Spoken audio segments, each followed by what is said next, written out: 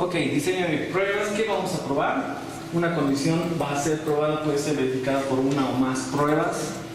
Es decir, si nosotros vamos a probar un logo, ¿sí? Podríamos revisar en distintos tipos de dispositivos, ¿no? iOS, Android, iPad, ¿sí? Ese mismo test case nos va a servir para poder ejecutar. Esas condiciones tienen que ser probadas en varias. El mismo caso de prueba podemos usar y decir en qué tipo de plataforma hemos ejecutado. Un ejemplo, el diseño de pruebas, de casos de pruebas y datos de pruebas son creados. El diseño de pruebas, básicamente, estamos hablando de... ok, si estamos hablando del módulo login, estaríamos hablando en qué tipo de pruebas vamos a realizar sobre esto. Entonces vamos a pensar primero antes qué probar y luego vamos a decir exactamente con los high level test cases, vamos a decir esto es lo que queremos realizar, este tipo de pruebas queremos realizar, ¿no? Después vamos a hablar también sobre si mi acceptance criteria o mi requerimiento dice que no vamos a usar caracteres especiales porque sabemos que es el backend y en el backend puede que no necesitemos hacer este tipo de pruebas a intensidad, ¿no? No necesario, porque necesitamos tener un administrador el cual sabe lo que va a realizar. Entonces, por ejemplo, ese tipo de casos puede llegarse a dar, ¿no? Para la parte de backend, los administradores de sistemas. Entonces, en cambio, pero para los usuarios finales, a ellos sí tendríamos que contemplar ese tipo de pruebas. También tendríamos que contemplar uno de los últimos que había mencionado al principio, el estándar ADA, ¿no? Para las personas que tienen un tipo de discapacidad. Entonces, para los usuarios finales sí deberíamos contemplar, ¿no? Porque actualmente esas empresas o nuestras competencias o nuestra competencia están implementando este tipo de estándares. ¿Ok? Caso de prueba. Conjunto de valores de entrada, precondiciones de ejecución, resultados esperados y postcondiciones de ejecución desarrollados para cubrir las condiciones de las pruebas específicas. Entonces, antes de realizar, para realizar pruebas sobre mi login, mi precondición es que la página web esté deployada o esté en funcionamiento, esté vivo, ¿no es cierto? Esa va a ser mi primera precondición. Si no hay eso, entonces yo no puedo hacer nada. Eso debemos decirles a los desarrolladores cuando nosotros estamos queriendo probar específicamente alguna funcionalidad. Entonces, los desarrolladores dirán, no puedes probar todavía porque no estoy poniendo, según mi metodología, no estoy poniendo en test ready, ¿no? Que ya pueden empezar a testear. ¿Sí? Es un estado. Si nosotros manejamos Scrum, podemos poner un estado de mi historia y decir como desarrollador, ya está listo para probar. Entonces yo como QA agarro la herramienta, sí, ya está listo para probar, y lo cambio el estado y digo, estoy empezando a testear. Todo el mundo sabe que tú eres responsable de esa historia, eres responsable de ese módulo donde tú estás ya empezando a ejecutar los casos de prueba. ¿Sí? Precondiciones.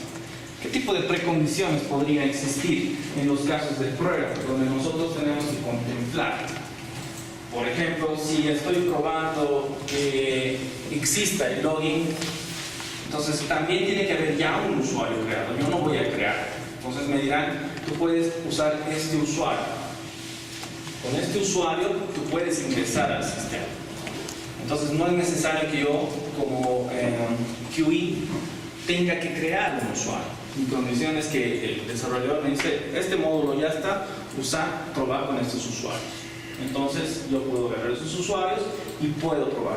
Entonces si tú en tu sistema no estás creando usuarios, no contemplas, no has contemplado, no has llegado a ese punto de donde tu sistema puede crear usuarios, no te preocupes, puedes poner como una precondición, es válido, ¿no es cierto? Muchos de ustedes tienen problemas de login, entonces van a tener problemas también en la parte de creación de usuarios quizás. Uno de sus grupos me decían, todos nuestros usuarios ya están creados. Entonces yo usaré como precondición en el caso de prueba, con este usuario puedo loguear. Si yo uso ese usuario, ingreso los datos, me muestra el sistema, está funcionando su login. Si pongo casos negativos donde voy a poner otro usuario y me dice error, sí, está haciendo unas validaciones mínimas que corresponden a nuestra funcionalidad. ¿Cuántos casos de prueba puedo realizar? Esa es una pregunta muy cotidiana donde nosotros decimos, voy a poner casos de prueba negativos, voy a hacer un caso de prueba de SQL injection, voy a poner tratar de pegar 1000 caracteres para ver qué reacciona. Sí, tal vez, pero digamos, podríamos tener unos 5, 6, 10 test cases. De esos decimos, esto es Build Verification Test. ¿Por qué Build Verification Test? Porque ni bien salga un siguiente release, este caso de prueba sí o sí tengo que ejecutar. Entonces podemos, a nuestros casos de prueba podemos decir, este caso de prueba es BBT. Sí o sí se hace. In regression sí o sí. ¿No es cierto? ¿Alguna pregunta aquí? Hasta este punto. Esta relación para los Build Verification Test, o sea, ¿a qué se define? Son las pruebas funcionales que tú puedes realizar sobre tu sistema. Claro, pero sin una primera instancia yo defino que podría ser... ¿Sin una, perdón, qué? En primera instancia. En una primera instancia. Yo defino que podría ser los 10 tipos de casos. Pero después de eso selecciono sus 5 que van a ser mi test. ¿Bajo qué criterio yo voy a decir que estos 5 son los que correr? ¿Cuál sería mi definición? Ok, nuestros casos de prueba llegan a ser pruebas funcionales. Tenemos distintos tipos de pruebas funcionales. Hasta ahora habíamos tenido un listado. ¿Podrían decirme 3 de los que habíamos visto en las diapositivas? Que se acuerden. Pruebas funcionales.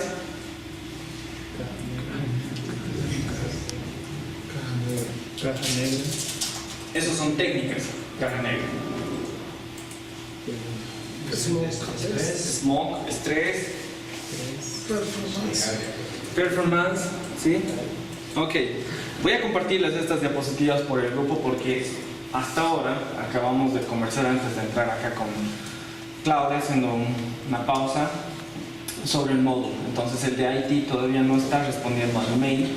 Esperemos que hasta mañana mediodía voy a enviarles las diapositivas que tenemos por WhatsApp. Y voy a enviarles el documento de pruebas funcionales, que son aproximadamente unas 87 páginas más o menos. ¿Sí? Volviendo a tu pregunta, y es muy importante. ¿Por qué voy a crear 10 test cases? Y de los 10 test cases, ¿por qué 3 o 5 o un número menor al total van a ser más importantes que otros? Por una simple razón. Porque cumplen lo mínimo del acceptance criteria. El acceptance criteria me dice que mi formulario me permite ingresar usuarios a mi sistema. Ok, tengo un usuario y con ese usuario ¿puedo entrar al sistema? Sí.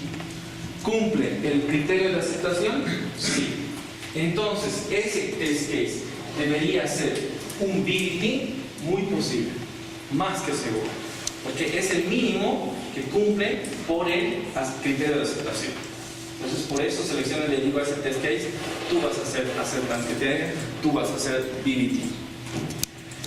Ahora, si yo en mi módulo de creación de usuarios, de creación de productos de mi servicio, que yo tengo en mi sistema, creación de servicios, es un tipo de producto, voy a crear producto 1, voy a crear producto 2, puede ser computadora 1, computadora 2, computadora 3. Si mi sistema se caracteriza por vender laptops, digamos, y yo no puedo crear esos productos a través de mi sistema, sería un defecto de alta prioridad y de un alto impacto, ¿sí? ¿Por qué de alto impacto? No, me estoy adelantando al término, ¿sí? Pero para ir responder a tu pregunta. Ese caso de prueba es esencial en mi sistema porque deja de tener sentido que yo no pueda crear productos en mi sistema, ya que mi sistema ofrece el servicio de vender productos. ¿Me dejo entender? Entonces, en uno de mis Build Verification Tests que yo debería tener en mis regresiones, en mis primeros builds de mi aplicación, debería estar como en fila o con prioridad. ¿Me dejo entender? ¿Sí?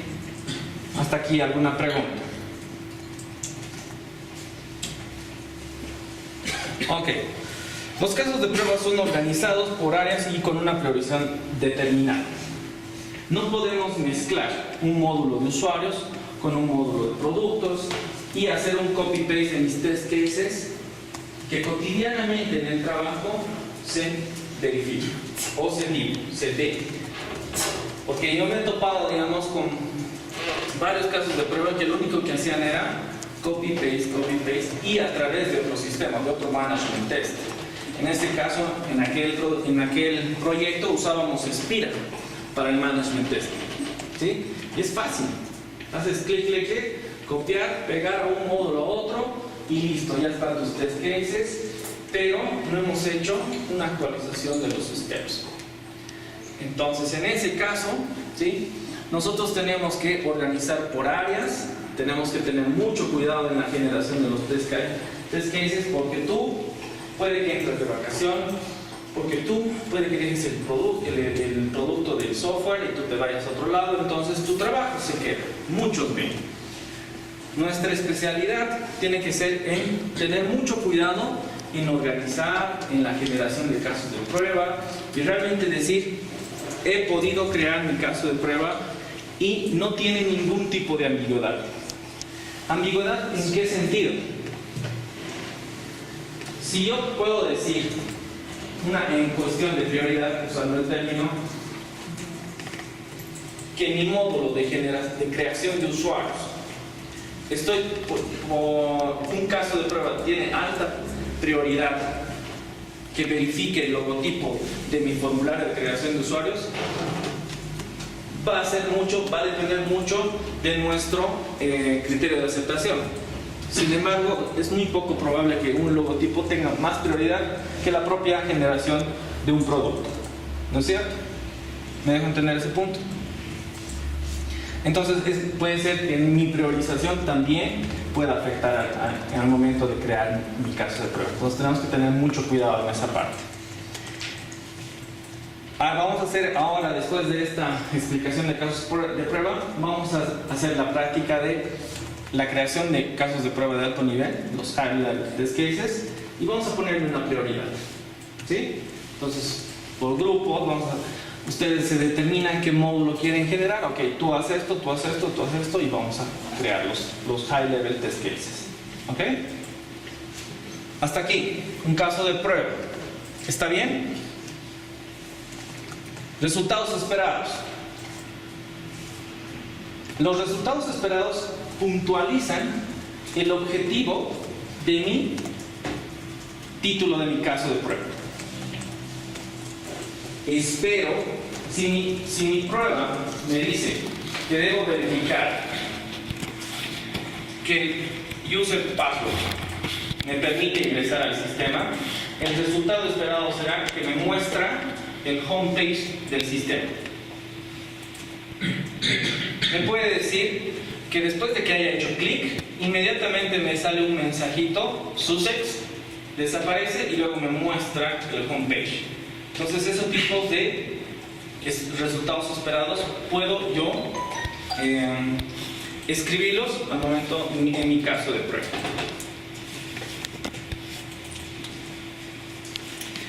Postcondiciones de ejecución desarrollada.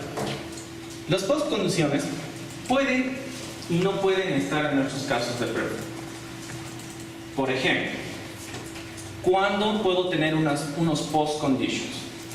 Mi sistema lo único que ha hecho, por ejemplo, me muestra toda una lista de estudiantes. 1 millón de estudiantes. ¿Sí? Después de descargar todos mis estudiantes en formato CSV, puede que el mensaje me haya mostrado suceso. Ha mostrado y me está haciendo el caso de prueba ha pasado. Pero ¿cuál puede ser la postcondición?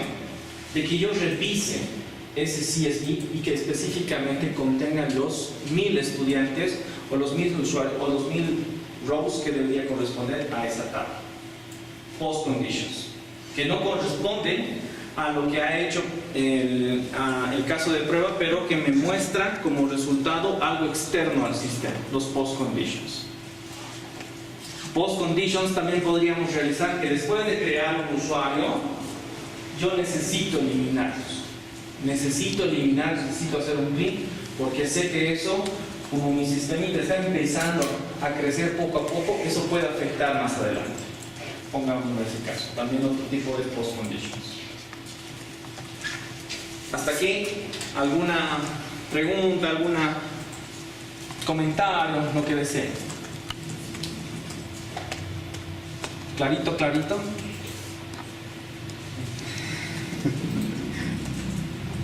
¿No?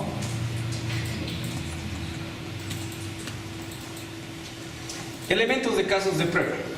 Ahora vamos a ir un poquito más detallados. Las buenas prácticas a mí me han enseñado, las buenas prácticas con la experiencia me han mostrado que cuanto más corto sea tu título y específico, tú puedes entender el objetivo del caso de prueba. Es por tanto que el título de un caso de prueba, un manager, un Scrum Master, tu compañero que está al lado, que está viendo el otro módulo y que nunca ha visto un caso de prueba o tu módulo, se da la vuelta y agarra tu test case y dice, pucha, sí, está bien. Y por este título ya no voy a tener una necesidad, entre comillas, de poder evaluar los steps para poder ejecutar un caso de prueba. Es muy importante que sea claro tu título de caso de prueba. Sí, que no existan ambigüedades como, por ejemplo, crear cierta cantidad de usuarios que se muestran en la tabla B, podría decir la sección BIOS. Cierta cantidad no te dice nada. Si tú dices específicamente validar que la creación de 3 usuarios con distintos roles hayan sido mostrados en la tabla, en la sección B, entonces el caso de prueba es un poquito más puntual. Verificar la velocidad de creación de usuarios. ¿Cómo podrías probar eso? Si ponemos términos donde decimos la creación de un usuario debe llegar a ser menor a 5 segundos, ya un poquito de parametrización en cuestión de tiempos, porque tiempos, cantidad, llegan a ser ambigüedades en un punto de evaluación de un módulo, de una funcionalidad, más que todo. ¿Sí?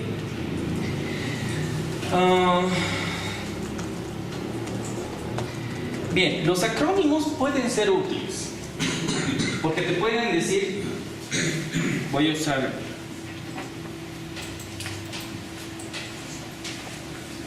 escribir simplemente el nombre de tu funcionalidad, tú ya sabes, es decir, módulo de generación de manejo de productos, manejo de servicios, etc.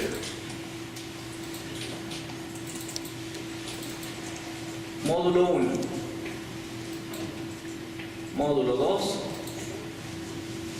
y módulo 3, donde sus acrónimos me muestran.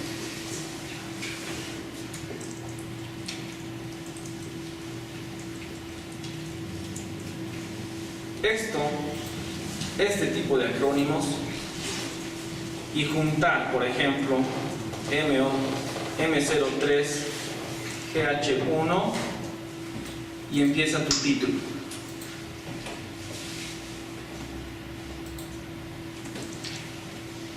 Este tipo de acrónimos llega a ser útil porque a través de nuestro sistema puede que estemos usando carpetitas, puede que nos ayude, puede que nosotros no hayamos tenido esa oportunidad del despliegue de un test management.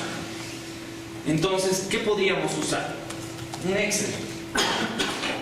Por ahora, porque estamos empezando el producto, no tenemos un management test, podríamos deployar un squash quizás, ¿sí? Y nos podría ayudar a reconocer si el caso de prueba M003 GHI nos ayuda a nosotros a reconocer por módulos.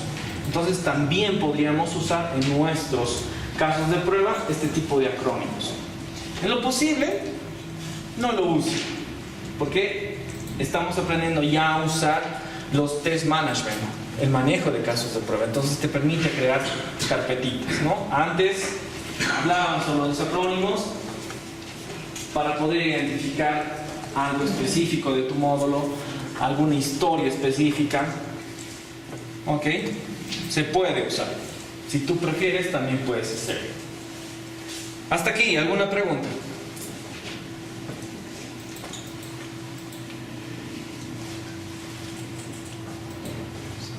Nada. Ok, en descripción. En la descripción de un caso de prueba, debería tener un contenido similar al objetivo de tu caso de prueba. Sin embargo, debería apuntar a detalles, precondiciones. Podría decir que el usuario, el administrador puede crear usuarios con permisos read y write. En tu descripción podría decir: el usuario, el administrador, tiene que loguearse al sistema de backend a través de la URL tantos. Entonces, en el caso de prueba, estamos dando al lugar a cómo debería lograr su objetivo el QE para poder ejecutar este caso de prueba. Entonces, estamos dando un poquito más de información. No solo lo estamos dejando al aire con el título, ¿no?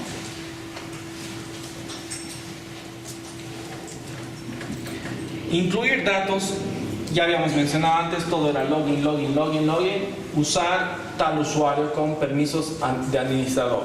Usar tal usuario específico, admin, superadmin con user password. Usar administrador con user password. Usar el usuario en modo vivo. ¿Sí? Solamente va a ingresar al sistema, nunca se va a loguear, pero va a poder ver esa funcionalidad que tiene como propósito el caso de prueba. Hasta aquí. Vemos cuán importante también nos ayuda la parte de descripción al momento de estructurar nuestro caso de prueba. Ya no hemos visto el título, ahora estamos viendo la descripción, cuán importante es. Toma tiempo, toma tiempo. Ya habíamos hablado de eso, de que las pruebas funcionales toman su tiempo. Con el propósito de evitar largas descripciones se puede hacer referencia a un documento de especificaciones. Ya. Entonces, si tú tienes un documento de especificaciones, es decir,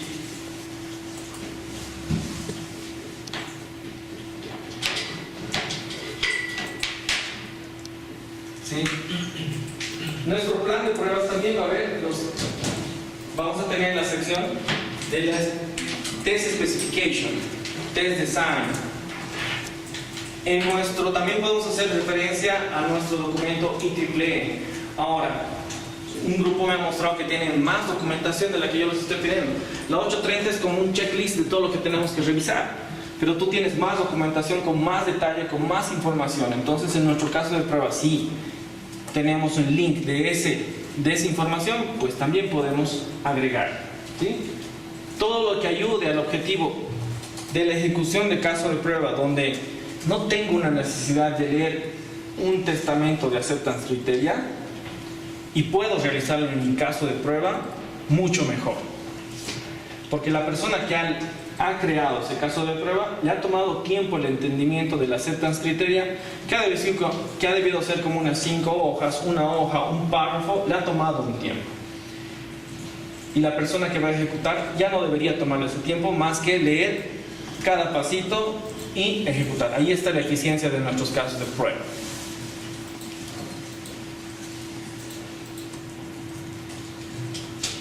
Casos de prueba relacionados al requerimiento de hardware. En su caso, por ejemplo, no es necesario poner el hardware porque es una aplicación web.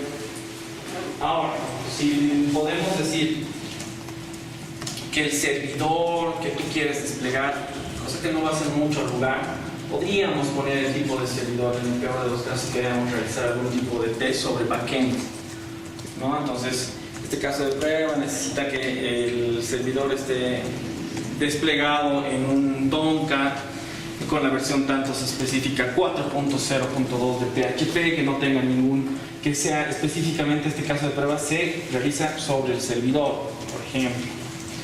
¿Sí? Más que todo en aplicaciones. O, por ejemplo, podríamos lograr este tipo de requerimientos de hardware cuando tu funcionalidad es responsive. Así. Este caso de prueba sí o sí lo tengo que probar en iPhone, en Android, en un dispositivo móvil, un tipo de tablet, un iPad, cualquiera, ¿sí? Entonces especificamos también el tipo de hardware, ¿no? Eso sí. Preguntas hasta acá.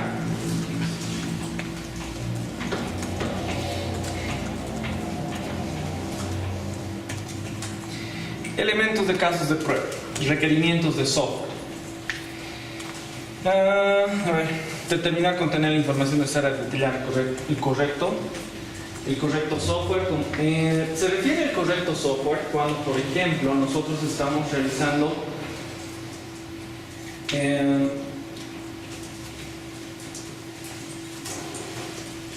si esto es UI y estamos usando un cliente para conectarnos a su MySQL server. Entonces, para hacer la verificación a través de la base de datos, tú necesitas un cliente de MySQL server porque necesitamos verificar a través de la base de datos específicamente con alguna consulta para poder decir esto realmente ha persistido la información en el sistema.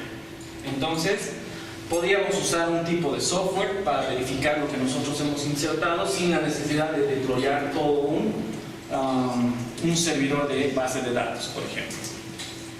¿Sí? Ya tenemos ahí el ejemplo de base de datos. También podríamos, en estos elementos de caso de software, requerimientos de software, sobre qué navegadores nosotros vamos a ejecutar este caso de prueba. Safari para Windows, Safari para solamente MacOS, ¿sí? Entonces llegamos a tener esta descripción. ¿Por qué? Porque nuestros clientes, más del 50% usan MacOS, no usan Linux ni usan Windows, usan Mac. Entonces necesitamos realizar pruebas sobre este tipo de sistema operativo en Safari, ¿no? Bien, instrucciones de preparación del caso de prueba. Debe tener características de entorno, base de datos. Si nosotros, esto no es tan necesario, la parte de instalación de un servidor de base de datos, a no ser que realmente tú estés deployando todo un sistema, estés dockerizando, ¿sí? Todo, entonces sí vas a tener la necesidad de deployar todo un ambiente de base de datos, tipos específicos de antivirus, puertos habilitados únicos, en ese ambiente que estén haciendo consumo de un servicio de la nube con únicos permisos, donde nosotros a través de esa cuenta de usuario vamos a poder ingresar porque nosotros no tenemos acceso, ¿sí? Entonces ese tipo de cuentas sí es un poquito ya más complicado el generar, el deployar y poder hacer simplemente un tipo de caso de prueba, ¿no? Las configuraciones llegan a ser un poquito más complejas. El tiempo de ejecución del caso de prueba toma un poco más de tiempo. No la ejecución, sino el deployar todo el ambiente, el deployar todo, que esté todo controlado y poder decir, sí, estoy cumpliendo con todos los requerimientos y voy a empezar a la ejecución de mis casos de prueba. ¿Sí? ¿Preguntas hasta acá? Yo tengo una pregunta. Sí. Por ejemplo, en nuestro caso tenemos una aplicación que vamos a tener que dockerizar en realidad, según lo que nos dijo el docente del último módulo. Entonces, ¿cómo tendríamos que hacer más o menos nuestros casos de prueba? ¿Para qué van a dockerizar? Para hacer el deployado de todo. Pues. Por ejemplo, tu base de datos es muy sensible para poder deployar todo, o a través de esa configuración única ya no necesito realizar esas configuraciones que toman mucho tiempo y empiezo a hacer mis ambientes, deployo mis ambientes. Y a través de esa configuración única yo me puedo conectar a mi servidor. ¿Así? Sí, en realidad nos dijo que lo íbamos a separar en contenedores Docker independientes. Ya. O sea, la parte del frontend iba a ser en un Docker, el backend en otro y tal vez la base de datos en otro. En otro Docker. Ok. Tienen los 3 ambientes deployados que estén corriendo. Ponte el caso. Si yo a través de un IP, porque es un navegador, ¿no es cierto? Si yo a través del IP puedo ingresar al servidor de su página, ¿sí? Entonces, para evitar, digamos, que cada vez una persona deploye y todo el tiempo esté deployando, ese navegador, vamos a poder ingresar a través de ese navegador, a través de ese IP, al servicio que ustedes ofrecen como software, como una solución de un problema. Entonces, simplemente es ingresar por la IP a tu navegador. Es que en este caso, en algún momento va a llegar a ser una IP pública, ¿no? Entonces, de igual manera, habría que realizar esa prueba. A no ser que siempre haya algo. Esa es la forma más fácil de solucionar ese problema. ¿Sí? Ok, agarro el IP de su servidor, yo empiezo a ejecutar unos pasos de prueba y de forma inmediata yo digo el estatus de la funcionalidad que ellos han desarrollado. Pero si yo estoy automatizando y durante todo el año van a ir aumentando cada vez más, ya. Entonces yo con la versión de automatización, la versión, ¿sí? Ya están ellos en la versión 4. Cuando está en esta versión, yo estoy con el 70% de mis casos de prueba. Esto ya ha sido un release y estamos empezando con esta nueva versión. El 70% de mis casos de prueba, en esa versión, yo he empezado a realizar casos de prueba. ¿Sí? Han empezado a aumentar a partir de la versión 1.4, pero ojo, han empezado a aumentar, a actualizar a partir de esta versión. Porque antes de esta versión no hay una necesidad. La solución inmediata ya la había planteado. Pero en este caso, ¿sí?, que cotidianamente pasa, lo único que queda es que nosotros como Automations podamos agarrar toda esa dockerización y a través de una o varios scripts pueda ejecutar y deployar un ambiente. Entonces, lo que ustedes van a hacer, habría que pensar para más adelante en que las personas que vayan a usar, ya sean desarrolladores, ya sean QAs, lleguen a esa solución inmediata. Entonces va a tocar a nosotros hacer, si ustedes han terminado, pues a mí me va a tocar deployar cada vez esos ambientes porque están deployados para la versión 1.01. Entonces deployo y a través de una IP yo voy a poder ver en la versión en la que ustedes ya tienen ya muerta, pero ya voy a poder ver. ¿Sí? Entonces necesito deployar cuando realmente de forma recurrente. Hay versiones antiguas sobre las cuales nosotros nos toca revisar ese issue, nos toca hacer una regresión, nos toca aumentar una funcionalidad sobre esa última función porque el cliente simplemente no quiere actualizar, le cuesta o simplemente tiene miedo de rupturas de funcionalidades que ellos tienen, susceptibilidad de información, seguridad, etc. ¿no? Hay muchos clientes que pagan por versionar, ¿sí? Y mantener ese tipo de versión con ciertos clientes. Y tienen todo un ambiente para darle ese servicio a su cliente. Pero hay otras empresas que dicen, aquí todos nos actualizamos y es regla. Todos los clientes tienen que actualizarse y se van a actualizar porque a través de un punto, de un IP, de un dominio, yo puedo decirles que sí o sí se actualicen o que empiecen a cobrar servicios por la actualización también, ¿no?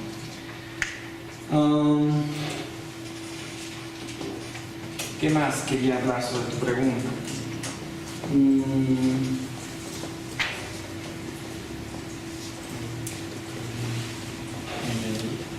Deployar los ambientes tiene sus ventajas, sus pros y sus contras.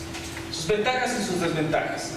Las ventajas es que cualquier rato yo como QA agarro, deployo el ambiente, empiezo a testear, termino mi trabajo y me voy. ¿A qué hora he empezado? No sé. ¿A qué hora he terminado? No sé. Hay otras, esa es la ventaja. La desventaja en otros lados es que cuando deployan ese ambiente tienen servicios por horarios. Por ejemplo, en el proyecto en el que estoy, empieza a las 7 de la mañana y termina a las 6 de la tarde. Es obligado. ¿Por qué? Porque sus servicios les cuesta por hora mantenerlos vivos. Entonces nosotros no podemos trabajar más de ese horario.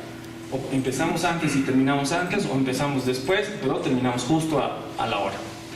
Hay tipos de casos como los que puedo mencionarles.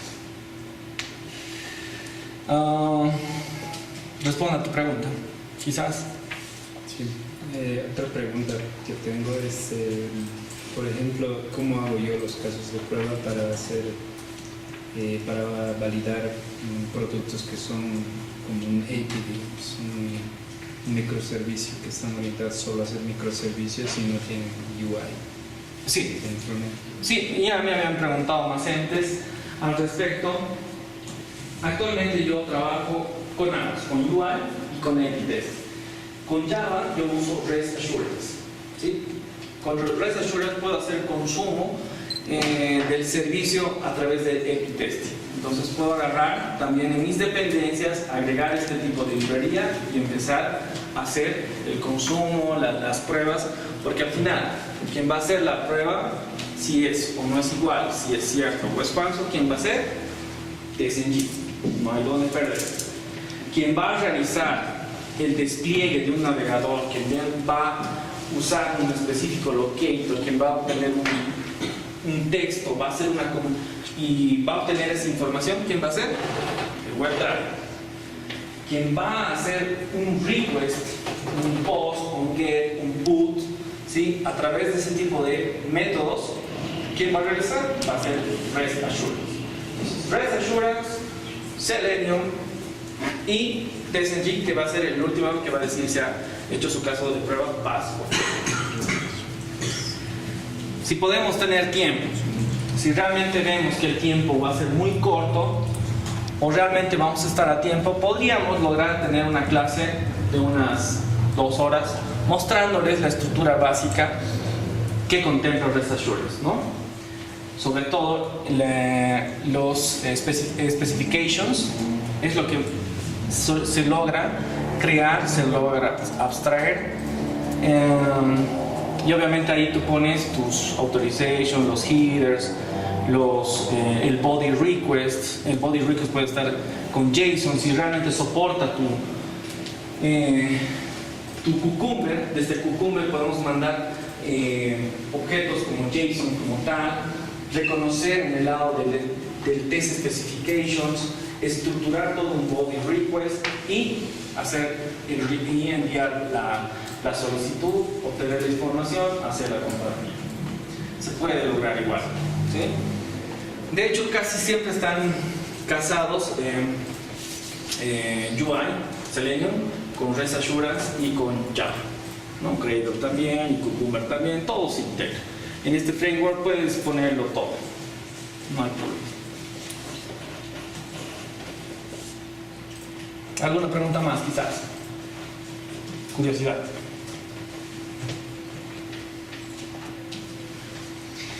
Ok, archivos adjuntos en un caso de prueba.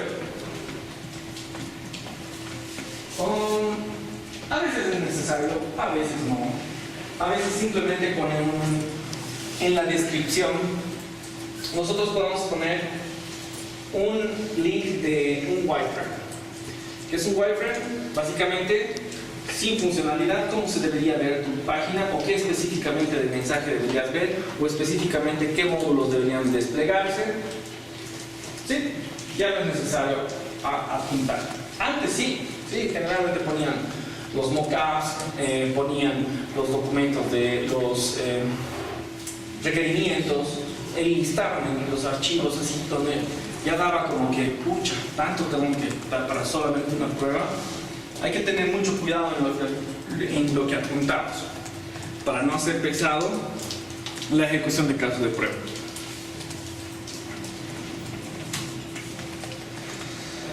Bien, pero aquí menciona script ejecutables. A veces, cuando yo quiero ver que una tabla me está mostrando toda mi lista de productos y yo he deployado mi ambiente y está vacío, entonces necesito ejecutar un tipo de script. Entonces ese script me va a ayudar a generar información, a almacenar a la base de datos y cuando yo despliegue el software, ¡boom! Toda mi información está funcionando. Entonces no necesito generar a través de UI una información para que pueda desplegarse y pueda ver a través de UI. ¿Puedo poner eso en los archivos adjuntos? Sí. ¿Se entiende el objetivo? La necesidad de los scripts también como archivos adjuntos. ¿Sí?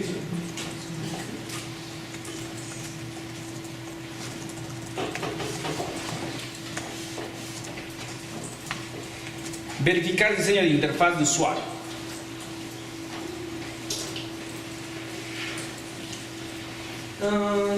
Como había mencionado, generalmente hoy en día ya se usa más que todo wireframes, donde me permite toda la descripción de mi funcionalidad como a través de UI debería mostrarse.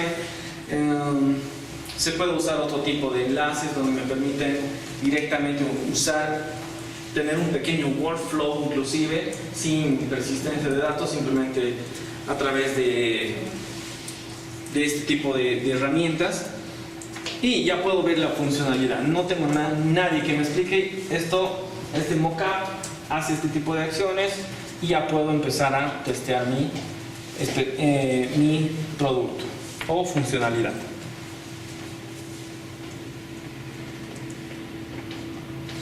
Prioridad. Como habíamos visto, prioridad alta. Prioridad 1, que, bueno, el caso de prueba. Ahí también nos podemos ayudar en las prioridades de la creación de un caso de prueba, donde me dice, ok, tiene prioridad alta este caso de prueba. Prioridad 1. Entonces, si no hago esto, pues realmente parte de la funcionalidad de mi pequeño software no va a realmente ser testeado. Tengo que ejecutar este caso de prueba y realmente estoy cubriendo un 40%, un 20%. Entonces yo también a través de las prioridades me doy cuenta qué casos de prueba deberían ser ejecutados sí o sí. Prioridad 2 indica que la prueba debería ser ejecutada, normalmente aplicada en pruebas funcionales.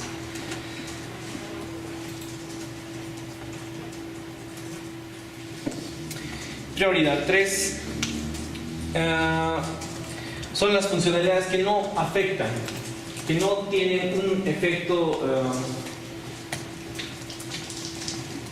¿Qué pasa si tengo mi login password y con el enter funciona totalmente? Pero si yo pongo un botón que diga ok o cancelar y no funciona el botón, pero tengo un enter que puede hacer un workaround, que puede ejecutarse a pesar de que no exista, entonces la prioridad de ese botón disminuye, ¿sí?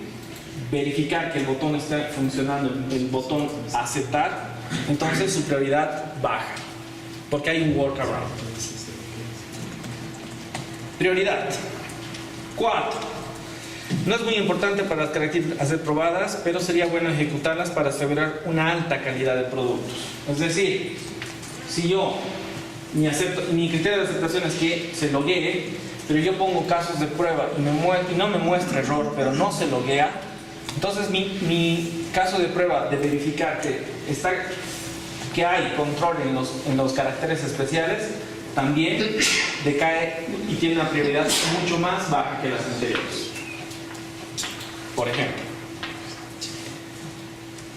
esto de las prioridades tenemos que tener cuidado, como había mencionado, creamos nuestro high level test cases y junto con su prioridad que nosotros creemos. Prioridad 1, 2, 3 y 4. ¿Sí? Ponemos 1, 2, 3, 4. El tiempo de ejecución para una persona que está empezando en un producto puede ser variable. O sea, la cuestión de tiempo es variable. Pero nosotros con experiencia podemos decir, por lo menos te tiene que tomar, si hemos visto 30 minutos de ejecución como máximo, pondremos unos 20 minutos en promedio para que realmente la persona que vaya a ejecutar por primera vez pueda lograr ese objetivo de 20 minutos como máximo. ¿Sí? Como dice, no incluye la preparación de ambientes.